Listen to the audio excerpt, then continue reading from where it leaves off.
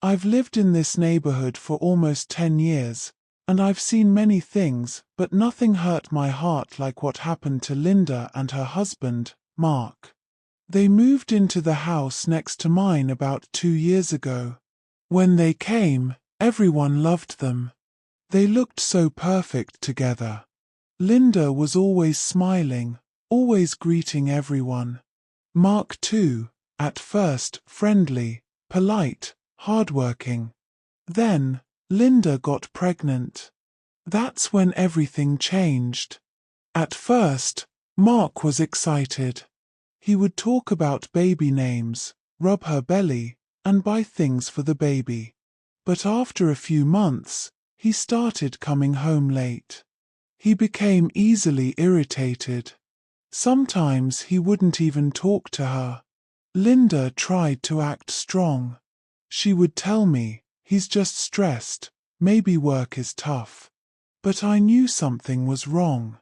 One evening, I saw Mark drop a woman off in front of the street. A young lady, well dressed, full makeup, laughing. He parked for a while, then drove off. I pretended not to see, but inside, I felt pity for Linda. As months passed, Linda became weaker. Pregnancy wasn't easy for her. She was always tired, sometimes dizzy. But Mark didn't seem to care anymore. He stopped giving her money for food and hospital visits. He would rather spend it on that other woman. One night, I will never forget that night, I heard someone knocking on my door, weakly. When I opened it, it was Linda. She could barely stand. Her face was pale, and she was holding her stomach. "Please, help me," she said, her voice shaking. "The pain won't stop." I rushed to call Mark. He didn't pick up. I called again. No answer. Without thinking twice, I grabbed my car keys and helped her into my car. She could barely breathe. All she kept saying was, "Please, save my baby." We got to the hospital just in time. The doctors rushed her in. I waited outside, praying silently. After about an hour, I heard a baby cry. I started crying too, tears of relief. A nurse came out later and told me both mother and child were safe, but it was close. Too close. If we had delayed 10 more minutes, she could have died. I looked at my phone again. Still no call from Mark. The next morning, he finally called me back, sounding sleepy. I told him his wife had been in the hospital all night, and he just said, "Oh, I didn't know." No emotion. No shame. Just that. Days passed before he showed up at the hospital. When he finally came, he brought nothing. No flowers, no food, no baby clothes, nothing. He just stood there awkwardly while Linda looked at him, her eyes full of pain and disappointment. After that, things got worse. He stopped coming home completely. The other woman took over his life.